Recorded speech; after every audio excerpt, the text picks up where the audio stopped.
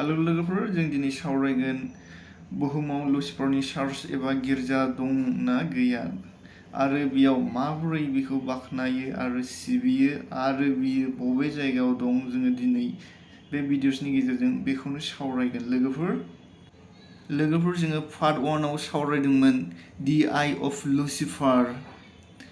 लुसिफारनि गोहोगोरा मेगन इलुमिनाटि, आरोबाव दि हर्न हेन्ड लुसिफारनि लाखोमानाय सिम्बल एबा साइननि सोमोन्दै लोगोफोर। आरोबाव जों लोगोफोर सावरायबावगोन दि फेस साइननि सोमोन्दै, बियो मा आरो बियो मा ओंथि फोरमायो। जोङो बे भिडिअसनि गेजेरजों बेयाव सावरायगोन मोननै आयदानि सोमोन्दै। लोगोफोर नोंथांमोना नायलांबाय थादो। लोगोफोर दि फेस साइन एबा सिम्बला जाबाय उल्था क्रुस।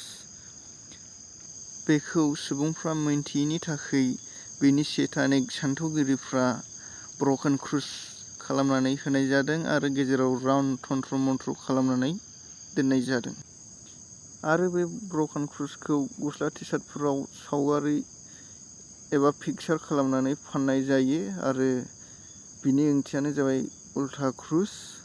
बेखौ सिनायनानै ला लोगोफोर, आरो ख्रिस्ट'नि सुबुंफ्रा बेखौ गाननो नाङा। लुसिफारनि चार्चआव जिजासनि मुंखौ निन्दिनाय, नेवसिनाय बेबायदि खालामनानै आरो लुसिफारखौ रेप संफोरजों आरो गावसोरनि सिम्बलफोरजों बाख्नायो आरो सिबियो। लुसिफारनि चार्चआव स्टार बायदि लुसिफारनि खर'आव हान्थु खरायनानै नोंनो गड, नोंनो पावारफुल होनाय बिसोरो बेयाव आरज गाबो। आरोबाव लोगोफोर लुसिफारनि चार्चनि सिङाव उल्था क्रुसफोर दं आरो लुसिफारनि मुर्ति दं। लोगोफोर बे लुसिफारनि चार्चआ एबा गिर्जाया कलम्बियायाव दं आरो आमेरिकायाव दं।